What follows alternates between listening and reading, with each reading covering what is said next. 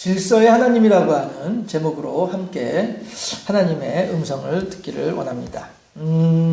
무슨 얘기냐면요, 고린도서 11장에 있는 말씀을 가지고 얘기를 하는 거예요. 11장 전체의 내용을 이야기를 하는 거예요. 해서 우선 우리가 읽지는 않았습니다만은 고린도서 11장 시작을 할 때에 바울이 뭐라고 얘기를 했냐면은 교회 안에서 여인들은 머리에 수건을 쓰라고 해요. 왜 우리 천주교인들 보면 이제 머리에 허연 거 이제 뒤집어 쓰고서 이제 있잖아요. 이걸 얘기를 하는 거예요. 그러니까 천주교인들이 이 고린도서 11장의 전통을 이어받는 사람들이 천주교인들이에요. 그것이 잘못됐다라고 하는 것이 아니라, 그 유래가 그렇다라고 하는 것을 얘기하는 거고요.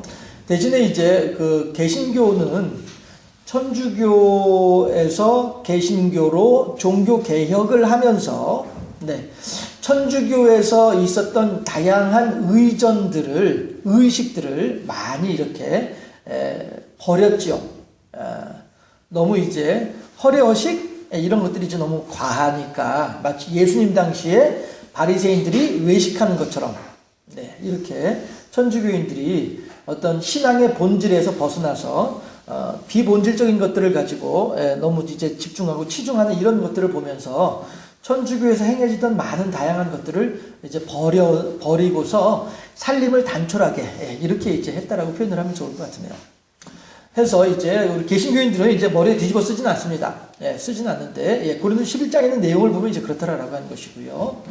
그러면 왜 여인들로 하여금 머리에 기도를 할 때 머리에 뭘 얹고서, 보자기를 얹고서, 그리고서 하나님께 기도를 하라고 했느냐? 바울이 왜 그렇게 했느냐라고 하는 그 원인을 우리가 함께 생각을 해볼 필요가 있어요.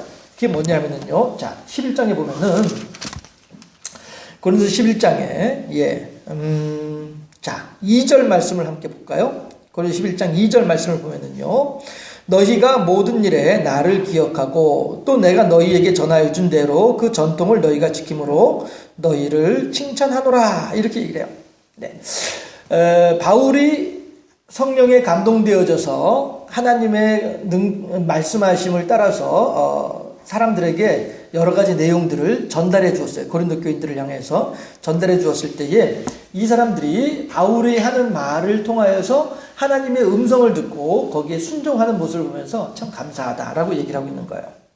그런데 3절에 보니까 그러나 나는 너희가 알기를 원하노니 각 남자의 머리는 그리스도요 여자의 머리는 남자요 그리스도의 머리는 하나님이라. 이렇게 얘기를 하고 있어요. 여자 위에 남자, 남자 위에 그리스도, 그리스도 위에 하나님. 이러한 순서를 지금 바울은 이야기를 하고 있는 거예요. 그런데 왜 이런 순서가 왜 필요하냐라고 하게 되면은요, 왜 그러냐 하면은 결국 하나님께서는 교회 안에서 남자가 중요하고 여자는 별거 아니야. 이걸 얘기를 하려는 하나님이 아니란 말씀이에요. 다만 교회가 질서가 있어야 되고 과정이 있어야 되고 순서가 있어야 된다라고 하는 것을 얘기하는 것이죠. 했을 때에 이 당시의 여자들은 사람 취급을 받지 못했어요. 이 당시의 여자들은. 그래서 인구조사를 한다 하더라도 인구조사에 여자들은 셀 필요도 없었어요. 여자들은 인구조사 할 필요도 없었던 사람들이 여자들이었었어요. 해서 인구조사 하게 되면은 20살 이상 60살 이하의 남자들만 사람이에요. 나머지 사람들 아니에요. 그냥 존재일 뿐이에요. 여자들이 그렇게 취급을 당했었어요.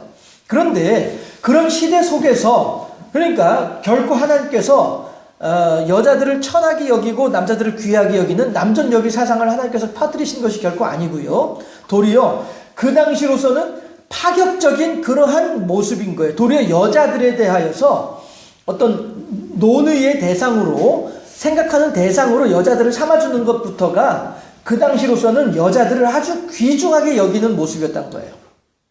지금에 와서 생각을 해보면은 무슨 여자하고 남자하고 무슨 그 차이가 있어 다 똑같지 라고 지금은 그렇게 얘기를 하지만 그 당시 사회 모습은 그랬단 말이에요. 그 당시 사회에서는 여자는 사람이 아니었었어요. 그랬는데 도리어 성경에서는 여자라고 하는 존재에 대해서 분명하게 기록을 하고 인정을 해주고 있잖아요. 이것이 요즘으로 말하면은 파격적인 대우인 거예요. 그러니까 하나님이 여자들을 천하게 여기는 것이 아니라 도리어 시대가 여자들을 천하게 여겼음에도 불구하고 하나님은 여자들을 귀하게 여기셨던 거죠. 그렇게 우리가 생각을 해야 될 필요가 있어요. 아니할 말로요, 미국이라고 한 나라가 민주주의가 발달한 나라라고 우리가 알고 있잖아요. 그렇죠? 그럼에도 불구하고 미국에서도 여자들이 언제 투표를 했느냐 하면은요, 1930년대부터예요. 1930년대, 40년대 지나서 비로소 투표를 할 수가 있었어요. 그 이전엔 여자들은 투표권도 없었어요. 민주주의가 그렇게 발달했다라고 하는 미국에서조차도요. 어떻게 보면은요, 여성 운동은 우리나라가 미국보다 더 먼저 시작했다라고도 볼 수 있어요. 3.1운동의 주역이 누구였었어요? 민족대표 33인이라고 하지만은, 예, 그 밑바닥에서는 유관순 열사가 대표적인 어떤 그 기수였었잖아요. 이화여전, 그 여학생들이 태극기 만들어가지고 몰래 품속에 넣어가지고 배달하고 배포하고 이렇게 하면서 여인들이 일을 시작했더라라고 하는 거예요. 그리고 요즘에서 이제 밝혀지는 일이지만은 광복군, 우리나라 광복군 예전에 일제시대 때 일본에 대항하기 위해서 만든 그 편성한 우리나라 군대잖아요. 그 광복군에 여인들이 그렇게 많이 참전을 했었다 하잖아요. 해가지고 저격수로 훈련받아서, 예, 그렇게 이제 활동을 하고 했다라고 하는 얘기들도 있고요. 그런 걸 보면은 어떻게 보면은 이 민주주의가 발달했다라고 하는 미국보다도 우리나라가 더 여권 운동은 먼저 시작했다라고도 볼 수 있을 정도예요. 어쨌든, 예, 결코 여자와 남자 그리스도와 하나님의 순서를 정해놓는 것이 하나님께서 여자들을 천하게 여겨서가 결코 아니다라고 하는 사실을 우리들은 다시 한번 생각할 필요가 있어요. 다만 왜 이런 순서가 필요하냐면은 과정이고 질서이다라고 하는 거예요. 서로 중구난방하게 되면은 아무것도 안 된다라고 하는 것이죠. 하나님은 우리들이 어떤 일관된 어떤 일정한 규칙 속에서, 예, 하나님과 우리들과의 관계가 이루어지기를 바라시는 분이 하나님이라는 말씀이죠. 스스로가 내 멋대로, 내 마음대로, 내가 하고 싶은 대로 사사기의 역사처럼 말이죠. 백성들이 그때에 하나님이 없었기에 하나님이 없었기에 자기들의 소견에 오른 대로 행하였더라 라고 하는 이 말은 분명히 그 시대가 얼마나 혼란스러웠는지에 대해서 얘기하는 말이란 말이죠. 그러나 지도자부터가 이스라엘 역사를 보면은요, 예, 사사기, 사무엘상하, 열왕기상하, 역대기상하, 이스라엘 역사들을 보게 되면은요, 지도자가 하나님을 향하여서 어떠한 마음이냐에 따라서 백성들의 마음도 달라지는 거예요. 요즘에, 예, 그 대통령이 무슨 잘못이 있어? 밑에서 하는 사람들이 다 잘못이지 라고 얘기를 하지만요, 밑에서 그렇게 해먹는 사람들을 선택한 그 대통령이 잘못인 거예요. 예. 그 전에 지금 이제 이 사람 말고 그 앞에 있던 대통령이 될 때에도 제가 신문 칼럼을 읽은 적이 있었는데 그 칼럼에서 그런 얘기를 했었어요. 앞으로 우리나라 공무원 공직사회가 어떻게 변질될지 걱정스럽다라고 하는 칼럼이었었어요. 왜냐하면 지도자의 어떠함에 따라서 그 밑에 있는 사람들의 어떠함이 결정되기 때문이다라고 하는 거예요. 그러면서 그 칼럼을 쓴 사람은 이미 알고 있었던 것이죠. 앞에 있던 대통령이, 예, 어떤 사람이었고 그 사람이 어떤 정책을 펼쳐나갈 때에 그 밑에 있던 공무원들도 어떻게 행할 것이다라고 하는 것을 알고 있었던 것 같아요.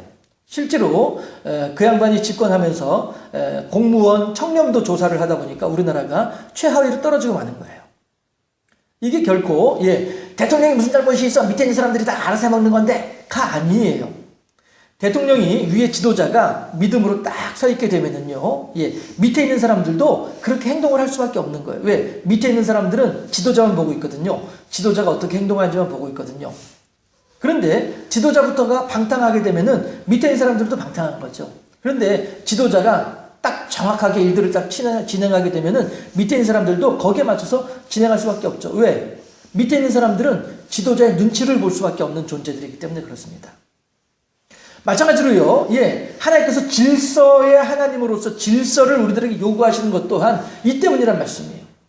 과연 너희들이 무엇을 바라보고 있니? 너희들이 지금 어디를 바라보고 있니? 너희들이 지금 누구를 보고 있는 거야? 누구 따라가고 있는 거야? 이걸 말씀하시는 거죠. 그런데 만약에 우리들이, 예, 여자가 됐든 남자가 됐든 그리스도를, 하나님을 바라보지 않고 내 마음대로 내 멋대로 하게 되면은 이것은야말로 엄청난 무질서란 말씀이에요. 이 무질서 속에서는 서로 간에 혼란스러울 수밖에 없고 혼돈스러울 수밖에 없는 거예요. 그런데 하나님께서는 이 무질서한 세계, 땅이 혼돈하고 공허하며 흑암이 깊음 위에 있어 하나님의 신은 수면 위에 운행할 수밖에 없었던 이 무질서와 혼란과 혼돈의 세계, 그저 아무것도 없는 비어있는 공의 상태, 무의미한 상태, 이 상태에 하나님을 그대로 내어버려 두기를 원하지 않으셨던 거예요. 그래서 빛이 있으라라고 하심으로써 말미암아서 이 무의미한 공간에 드디어 하나님의 빛으로 시작하는 하나님의 유의미한 일들이, 하나님의 보람 있는 일들이 시작되는 거란 말씀이에요. 해서 거기에서 이제 질서가 잡히고 방향이 잡히고 형태가 잡히면서 하나님의 뜻이 하늘에서 이루어진 것 같이 땅에서도 이루어진 역사가 있어지게 되는 것이죠. 우리들의 심령에도요, 마찬가지로 우리들의 마음속에 하나님이 없다고 한다면 우리들이야말로 공간 속에서 아무것도 없는 무의미한 존재가 될 수밖에 없는 거예요.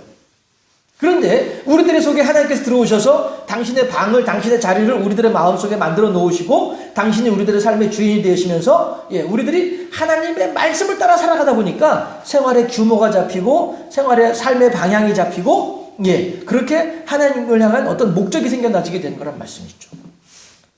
예수 하나님께서 여자의 머리는 남자고 남자의 머리는 그리스도고 그리스도의 머리는 하나님이다라고 하는 이야기는요, 계급을 만들려고 하는 것이 아니에요. 계층을 만들려고 하는 것이 아니에요.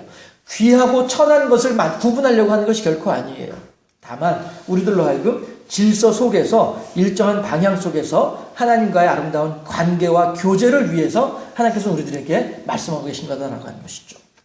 이것이 이제 여인이 머리에 쓰는 문제에 대해서 16절까지 바울이 이야기를 해요. 그 다음에 17절부터는 성만찬에 대한 이야기를 해요. 그런데 성만찬을 하다 보니까 또 어떤 일이 생겨났냐 하면 사람들이, 우리도 이제 돌아온 뒤에 성만찬을 할 것입니다만은 우리는 이제 교회에서 준비된 것을 가지고 이제 성찬을 하죠. 그런데 그 당시에는요, 어떻게 했냐면은 갑돌이는 빵을 가지고 오고요, 갑순이는 포도주를 가지고 오는 거예요.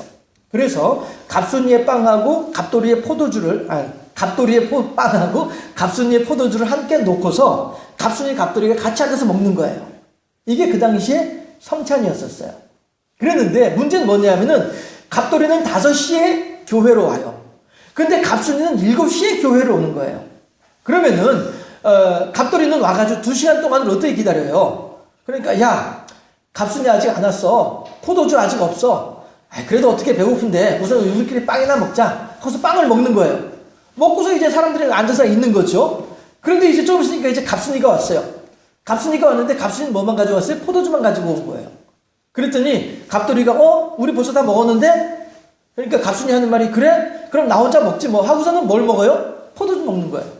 빵은 못 먹죠. 이미 갑돌이가 다 먹어버리고 말았으니까. 그러니까 갑돌이는 포도주가 없으니까 목이 말라가지고 여기 딱 채 있는 거예요. 채해가지고서 아이고야 답답해라, 아이고 답답해라 이러고 있는 거예요. 왜? 빵을 먹으면서 포도주를 같이 먹어줘야 잘 쑥쑥 잘 내려가는데. 제가 여러 번 말씀드리죠. 우리나라로 말하면은 밥하고 국 같은 개념이 그 당시 그 사람들의 포도주의 개념이란 말이에요. 그러니까 반찬 없이 맨밥만 먹으면은 딱 걸리잖아요. 아이고 답답해라. 안 넘어가는 거예요. 갑돌이는 안 넘어가지고 막 소화가 안 돼가지고 막 힘들어하고 있어요. 그런데 갑순이는 포도주를 가지고 왔는데 빵하고 같이 먹어야 되는데 빵은 없이 포도주만 있단 말이에요. 포도주 벌컥 그거 마시죠. 너무 많이 마셔버렸어요. 빈속에 먹으니까 어떻게 돼요? 취하는 거야. 해롱해롱 하는 거야. 이런 일이 벌어지는 거예요. 바울이 지금 이 이야기를 하고 있는 거예요. 누구는 먼저 와가지고 빵만 먹고 누구는 나중에 와서 포도주만 먹고 그랬더니 누구는 체해가지고 고생을 하고 누구는 취해가지고 고생을 하고 이게 뭐한 짓이냐? 그럴 바에야 너희들 각자 너희들 집에서 먹어. 뭐하러 굳이 교회까지 와가지고 이렇게 서로 간에 교회 와서 먹겠다고 하면서 이렇게 서로 간에 힘들고 서로 간에 괴로운 거야. 우리가 성찬을 하는 이유와 목적은 거기에 있는 게 아니야. 너희들이 어디 밥 먹을 집이 없어가지고 밥 먹을 공간이 없어가지고 예배당에 모여서 먹는 거야? 아니잖아. 우리가 예배당에 모여서 성찬을 하려고 하는 데는 이유와 목적이 있는 거야. 그 이유와 목적이 뭐냐 하면은요, 이런 일들이 생겨나게 되니까, 각자 집에서 먹으라고 그래가지고 이제 바울은 얘기를 하고 있는 거예요. 그렇게 하면서 주의 목적은 자기를 살피라는 거예요. 우리가 굳이 성찬을 하는 이유는 뭐냐 하면 내가 그리스도의 몸에, 내가 그리스도의 피에 동참할 만한 자격이 있는지 나 스스로를 살펴보아라. 나 스스로를 돌아보아라. 성찰이라고 하잖아요. 예, 성찬을 통해서 성찰을 하라라고 우리들에게 말씀하시는 거예요. 자, 그게 뭐냐면요. 자, 본문에서 23절 말씀이에요. 이 본문, 고린도전 11장 23절 말씀 함께 보도록 하실까요? 합독합니다. 23절만. 내가 너희에게 전한 것은 주께 받은 것이니 곧 주 예수께서 잡히시던 밤에 떡을 가지사. 예, 여기까지만 읽으시죠. 예. 그리고 이제 그 뒤에 나온 내용들이 축사하시고 나누어 주시면서 이것을 받아 먹으라. 이것은 내가 너희들을 위해 찢는 나의 몸이니 이것을 너희들이 내가 올 때까지 행함으로써 나를 기념하라. 라고 말씀하셨다는 거예요. 그 다음에 또 하시는 말씀이 포도주를 따라서 주시면서 이것을 받아 마시라. 이것은 내가 너희를 흘리는 피니 너희들 또한 내가 올 때까지 이것을 마심으로써 나를 기념하도록 하라. 라고 했던 거예요. 이 내용들이 이제 쭉 나와요. 자, 그래서 26절 합독할게요. 너희가 이 떡을 먹으며 이 잔을 마실 때마다 주의 죽으심을 그가 오실 때까지 전하는 것이니라. 아멘. 자, 우리들은요, 성찬을 하는 이유가 뭐냐면은 빵을 먹고서 배부르고 포도주 마시고서 기분 좋으려고 성찬을 하는 이유가 하는 게 아니에요. 우리들이 성찬을 하는 이유는요, 예수 그리스도의 몸과 살과 피에 동참함으로써 예수 그리스도의 죽으심을 우리들의 마음속에 기념을 하고 예수 그리스도의 죽으심을 사람들에게 전하는, 증거하는 일을 위해서 우리가 성찬을 하는 것이다 라고 바울이 분명히 얘기를 하는 거예요. 자, 27절 또 합독합니다. 그러므로 누구든지 주의 떡이나 잔을 합당하지 않게 먹고 마시는 자는 주의 몸과 피에 대하여 죄를 짓는 것이니라. 합당하지 않게 먹고 마시는 게 뭐예요? 내가 죄가 있음에도 불구하고 하나님을 향한 거리낌이 있음에도 불구하고 그것을 회개하지 아니하고 떡과 포도주에 동참하는 자, 이 사람들을 얘기하는 것이죠. 그래서 이런 사람들은 자기 주의 몸과 피에 대해서 죄를 짓는 것이다 라고 예수 그리스도의 몸과 피를 무의미하게 너무 보잘것없는 것으로 취급을 하니까 말이죠. 네. 해서 28절에서 사람이 자기를 살피고 그 후에야 이 떡을 먹고 이 잔을 마실지니 주의 몸을 분별하지 못하고 먹고 마시는 자는 자기의 죄를 먹고 마시는 것이니라 라고 얘기를 하고 있단 말이죠. 결국 하나님께서 우리들에게 성찬을 하라라고 하시는 목적은 뭐냐 하면은 너희들 먹고 마셔서 잘 먹고 잘 살아 이 뜻이 결코 아니고요. 먹고 마시는 가운데 예수 그리스도의 죽으심을 기념하고 예수 그리스도의 뜻에 합당한 삶을 살도록 자기 자신을 살펴보고 돌아보는 이유가 있다라고 말씀하시는 거죠. 결국 이러한 것들이 다 무엇을 얘기하냐면은 질서를 말한다는 것이죠. 하나님은 우리들의 먹고 마시는 것에 대해서 관심을 가지신 하나님이 아니에요. 먹고 마시는 것이 중요하지 않다는 것은 아니지만, 그러나 먹고 마시는 것을 통하여서 하나님의 뜻을 우리들에게 밝히 드러내고 계신 분이 하나님이시다라는 하는 사실입니다. 여러분, 우리들은요, 이것이 고린도 11장의 내용인데요. 우리들은 지금 하나님께서 뭐라고 말씀하시냐면은 너희들이 우리들과 더불어서, 나와 더불어서 질서를 통해서 나와 교제하고 교통하자라고 하나님께서 말씀하고 계신다는 사실을 고린도 11장을 통해서 알 수 있겠다라고 하는 거예요. 결국 나의 주인은 누구입니까? 나의 주인은 내가 아니고요. 나의 주인은 하나님이에요. 그러면 나는 하나님만을 바라보면서 하나님만을 의식하면서 하나님에게만 집중하면서 하나님을 중심으로 살아가는 것이 나의 본래의 모습이다라고 하는 거예요. 그런데 내가 스스로가 하나님을 향해 집중하지 아니하고 하나님을 중심으로 하지 아니하고 내 중심으로 하게 되면은 하나님과 나와는 별개가 되어지니까 하나님과 나와의 관계가 교제가 이루어질 수가 없지 않겠느냐라고 하는 거죠.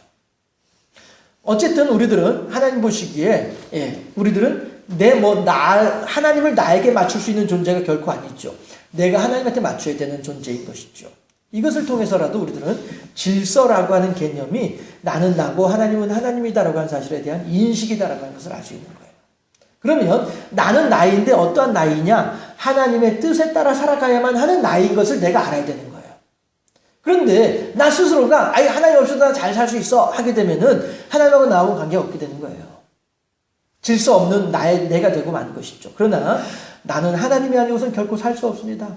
하나님만이 나의 힘의 근원이 되십니다. 오늘 사무엘하 23장 20절 말씀처럼 말이죠. 예, 22장 20절 말씀처럼 오직 하나님만이 나의 힘의 근원이 되십니다라고 고백하는 것처럼 우리들은요, 예, 오직 하나님과의 관계 안에서 내가 있을 수 있습니다. 다시 말해서 하나님과 나의 질서 속에서 하나님과 나의 관계는 더욱더 아름다워질 수 있습니다. 바울이 지금 고린도 11장을 통해서 우리들에게 하는 이야기는 질서예요. 하나님을 나의 주인으로 삼고 나는 하나님의 백성으로 삼는 하나님과 나와의 질서, 이것을 바울은 얘기를 하고 있어요. 그리고 그걸 통해서 우리들은 더욱더 복된 삶을 살 수 있다. 하나님과 교제한다는 말은 하나님으로부터 복을 받는 삶이 되는 것이니까요. 더욱더 복된 삶을 살아갈 수 있다라고 바울은 우리들에게 권면하고 있는 것입니다. 하나님의 음성을 따라서 우리들 또한 그렇게 질서의 하나님, 하나님을 중심으로 살아가는 나의 삶, 하나님을 기준으로 하는 나의 인생, 나의 생각, 이러한 질서의 하나님의 뜻에 합당한 모습으로 하나님을 중심으로 질서 잡힌 규모 있는 삶을 살아가는 우리 모두가 되어질 수 있기를 주님의 이름으로 축원합니다. 기도하겠습니다.